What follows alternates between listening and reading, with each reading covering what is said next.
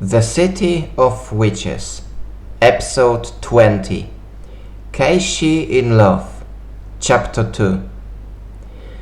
The Cait Lord wanted to meet Angelo in a dark, dirty alley. Angelo did not exactly find it a nice space, but the client was the Lord, both metaphorically and literally. And so Angelo was sitting on a discarded TV box and waiting for him. Angelo looked at his phone to check the time. It was exactly 5 p.m. "He's almost late," he said. Just at this moment, something sneaked into the alley and slithered through the rubbish. A fat cat with ginger fur, wearing a tiny red robe. It stood before Angelo and closed its eyes. In a blink of an eye, it started growing bigger, and its fur started turning into hair. Its ears and pupils rounded out, and its nose got more pointed. Soon, there was not a cat in front of Angelo, but a human. And he was Angelo's client, Lord Alfred of the Cut Hunt clan. "I am not late," Lord Alfred said with a slightly irritated voice. "It is thou who came too early." Angelo was caught off guard by the Lord and froze for a second. "My apologies," Angelo said, pretending to be sincere. "I should have known how much you value your time." "I am delighted by that," said Lord Alfred. "Now let's talk about my daughter. Hasn't she finally given up?" Angelo sighed.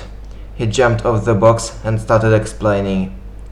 "I don't think it's going to be that easy.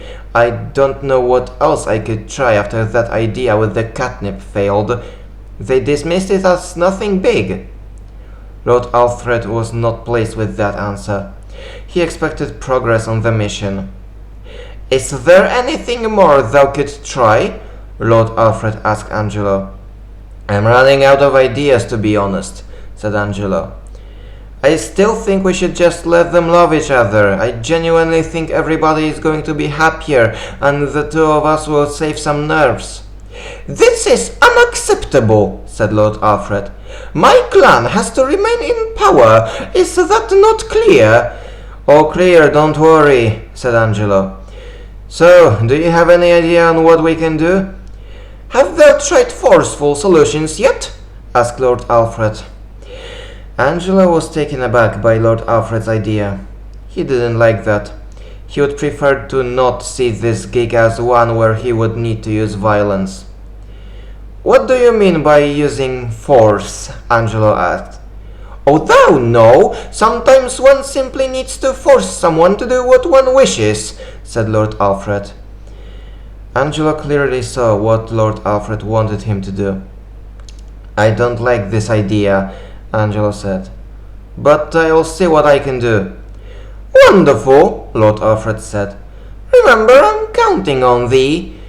But don't think that I endorse—" Lord Alfred wasn't listening. He turned back into a cat and ran away. Angelo sighed and thought about what he actually agreed upon. Breaking a romance was already something he didn't want to do, and he found using force really too much. But wasn't reuniting with his family the one thing he wanted the most? It seemed he would have to do as Lord Alfred told if he wanted to do so. He did not like it, but he saw no choice. Sarah returned home with clay and strings and felt ready to start making the tags. She ran to her room and opened her parents' book. "Let's see," she spoke to herself. "What can I do with that?" She read the explanation for all the processes. She thought it was easy. And then she hit a wall. The script did not look familiar at all. It also had weird letters, like one letter for both U and V, and one completely dedicated to writing the. They look so weird. Sarah decided to start with etching some kind of an easy word into the tag first. From what she read, the length of the word only impacts its power. More letters equal more power, and the user can always compensate for it by shouting when activating it. Sarah modeled a tag out of clay took a stylus and tried to etch the word rain into it.